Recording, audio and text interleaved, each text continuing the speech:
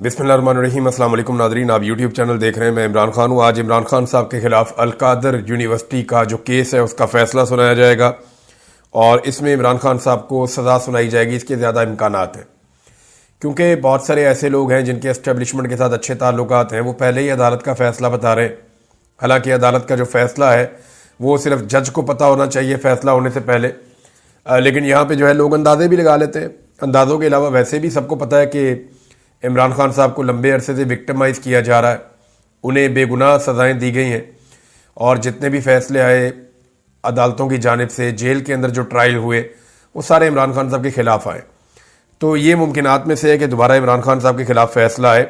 उनकी बहन ने कहा जी हम तो दुआ कर रहे हैं कि इमरान खान के ख़िलाफ़ फ़ैसला आए ताकि हम फटाफट जो अगली अदालत में जाएं और मुंह काला हो जिन लोगों ने इमरान खान के ऊपर ये गंदा केस बनाया उनका भी।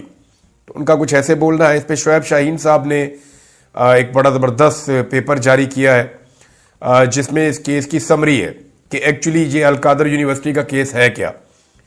अगर इसको सिंपल करना है तो इसमें 4 चीज़ें हैं जिसके बारे में उन्होंने कहा, और असल सवाल के बारे में उन्होंने कहा कि वो भी इसमें एक है जिसका पता चलना चाहिए। एक, उन्होंने कहा कि हुसैन नवाज को 190 मिलियन की अदायगी। इसका पहला नुक्ता यह है कि नवाज शरीफ के बेटे ने लंदन में 9 अरब रुपए का फ्लैट मलिक रियाज के बेटे की कंपनी को 18 अरब रुपए में बेचा। नंबर 2 नुक्ता वो ये बता रहे हैं कि नेशनल क्राइम एजेंसी ने इस रकम को जब्त कर लिया, ये कहते हुए कि जी इतने पैसों में क्यों आपने बेच दिया और खरीद लिया, यानी ये इतने का तो है ही नहीं ये अपार्टमेंट। वो तो फिर सौदा वहीं पे हो गया। लेकिन एनसीए ने मुश्तबा ट्रांजैक्शन पर कार्रवाई का आगाज किया और एनसीए ने ही इनसे सवाल किया कि यह जायदाद दुगनी कीमत पर क्यों फरोख्त की गई। फिर तीसरा मरला यह है कि रकम की पाकिस्तान में मुंतकली। उन्होंने कहा जी रकम सुप्रीम कोर्ट ऑफ पाकिस्तान के अकाउंट में मलिक रियाज ने जो बैरिया टाउन कराची के हवाले से जुर्माने की अदायगी करनी थी उसमें यह रकम वापस ला के पाकिस्तान में जमा करवा दी गई। और इसमें एनसीए का और मलिक रियाज का एक मुआहदा हुआ था कि इसको खुफिया रखा जाएगा और इस शर्त के ऊपर यह रकम पाकिस्तान को देने का फैसला किया गया। पाकिस्तान ने खुफिया रखने की शर्त को तस्लीम करते हुए रकम ले ली। अगर तो यह फैसला गलत था पाकिस्तान की काबीना का, तो पूरी कैबिनेट का फैसला गलत था, पूरी काबीना अंदर होनी चाहिए। इमरान खान अकेले के खिलाफ जज फैसला नहीं दे सकता।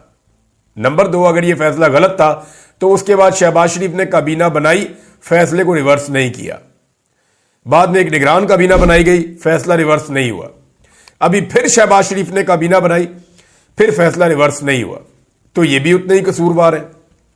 फिर आखिरी नुक्ता उन्होंने लिखा कि अलकादर ट्रस्ट को जमीन, यानी मलिक रियाज ने सीरत नबी सल्लल्लाहु अलैहि वसल्लम अलकादर ट्रस्ट के लिए 458 कनाल जमीन अतलिया की। अलकादर ट्रस्ट मंसूबा, यह रकम पाकिस्तान आने से 1 साल पहले शुरू हो चुका था, यानी यह रकम बाद में आई 1 साल बाद, यह केस ही 1 साल बाद हुआ। लेकिन ये जो मंसूबा है अलकादर ट्रस्ट यूनिवर्सिटी वाला, ये 1 साल पहले का है। तो इमरान खान का इसमें कोई जाती फायदा साबित नहीं हुआ। आम सवाल वो ये पूछ रहे हैं कि हसन नवाज को लंदन जायदाद की खरीदारी के लिए 9 अरब रुपए इजाफी अदायगी पर खामोशी क्यों है, ये सवाल शुएब शाहीन साहब ने पूछा। बहरहाल आज इमरान खान साहब को सजा सुना दी जाएगी। इम्कानात ये हैं, कुछ लोग कह रहे हैं 14 साल, कुछ कह रहे हैं 7 साल। बुशरा बीबी के बारे में अलग सजा बताई जा रही है, इमरान खान के बारे में अलग सजा बताई जा रही है। तो देखते हैं जनाब इमरान खान साहब को कितनी सजा आज के दिन में होती है, या आज फिर कोई बहाना बना के जज साहब निकल जाते हैं, कोई और एक्टिविटी हो जाती है। अदालत का तो वैसे ही मजाक बन गया है। अगर आज भी ये फैसला ना सुनाया गया तो अदालत का मजीद मजाक बनेगा और पाकिस्तान की अदालतों की जग हंसाई होगी, और तो कुछ नहीं होगा। इमरान खान साहब ने जो स्टेटमेंट दिया वो बड़ा अहम है। इमरान खान साहब क्या कहते हैं, मैं आपको स्टेटमेंट पढ़ के सुना देता हूं उनका। और ये 2 जगह पे उनके स्टेटमेंट है। एक को तो खुद इमरान खान साहब के ट्विटर अकाउंट से ट्वीट किया गया, एक्स के ऊपर उसको पोस्ट करके डाला गया। ये बयान है जी, अलकादर ट्रस्ट के भोंडे केस में मेरे खिलाफ फैसला देकर पूरी दुनिया में अपना मजाक बनवाएंगे और अपना मुंह मजीद काला करेंगे। मुझे एक ऐसे मुकदमे में सजा देने जा रहे हैं जिससे मुझे 1 टके का फायदा नहीं हुआ, ना ही हुकूमत को 1 टके का कोई फायदा हुआ। इस मुकदमे में असल सजा तो नवाज शरीफ की बनती है जिसने 9 अरब रुपए रिश्वत की मद में हासिल किए। नवाज शरीफ और जरदारी पर मेफेयर अपार्टमेंट की तर्ज के बेशुमार मुकदमात हैं। ये वो अफराद हैं जिन्होंने तोशा खाने से महंगे तरीन गाड़ियां खिलाफ कानून हासिल की। ان پر موجود تمام مقدمات اوپن اینڈ شٹ کیسز ہیں، لیکن ان کو معاف کر کے مقدمات کو صرف اس لیے ختم کر دیا گیا کیونکہ انہوں نے ڈیل قبول کر لی۔ اس کیس میں نواز شریف سے 9 ارب روپے کا حساب مانگنا بنتا ہے۔ Bushra Bibi Al-Qadir trust case میں بالکل بے قصور ہیں، ان کو کیس میں شامل کرنے کا واحد مقصد مجھ پر دباؤ بڑھانا تھا۔ اس سے پہلے بھی بشرا بی بی کو 9 مہینے بے گناہ جیل میں رکھا گیا ہے۔ دنیا میں کبھی کوئی شخص جسے معلوم ہو کہ وہ بددیانتی کر رہا ہے نیوٹرل امپائر نہیں لگاتا۔ میں نے کرکٹ میں نیوٹرل امپائر کا رواج قائم کیا تھا اور اب بھی کہتا ہوں کہ 9 مئی اور 26 نومبر کے واقعات پر ایک جوڈیشل کمیشن قائم کیا جائے جو بالکل نیوٹرل ہو اور شفافیت پر مبنی فیصلہ دے۔ حکومت اس مطالبے سے اسی لیے رائے فرار اختیار کر رہی ہے کیونکہ وہ بددیانت ہے۔ ہم جسٹس امین الدین آئینی بینچ کے سربراہ کو بھی خط تحریر کریں گے کہ ہمارے خلاف ہونے والی انسانی حقوق کی خلاف ورزیوں کی پٹیشن سنیں۔ ہمارے جو بے قصور لوگ ملٹری تحویل میں ہیں ان کو بدترین ذہنی اور جسمانی تشدد کا نشانہ بنایا گیا۔ ہمارے مقدمات کو ترجیحی بنیادوں پر سنا جائے۔ ہم نے انسانی حقوق کی عالمی تنظیموں اور اقوام متحدہ کو بھی اس سلسلے میں خط لکھنے کی تیاری مکمل کر لی ہے، کیونکہ پاکستان کی کسی بھی عدالت سے ہمیں انصاف نہیں مل رہا، تو اس لیے ہم اب جا رہے ہیں عالمی سطح پہ۔ قاضی فائد عیسیٰ اور عامر فاروق اسٹیبلشمنٹ کے اوپننگ بیسٹمنٹ کا کردار ادا کرتے ہیں۔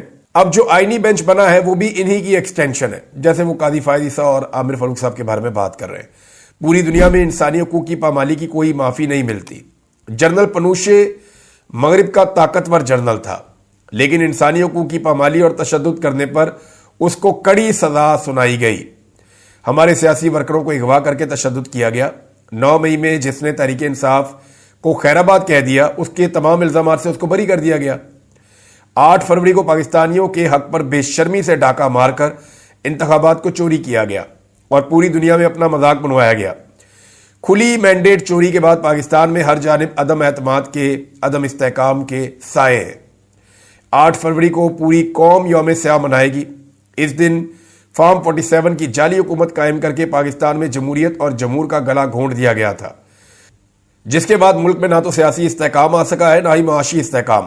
ہم نے مذاکرات ذاتی مفادات کے لیے نہیں کیے بلکہ ملک کے وسیع تر مفاد میں کرنے ہیں۔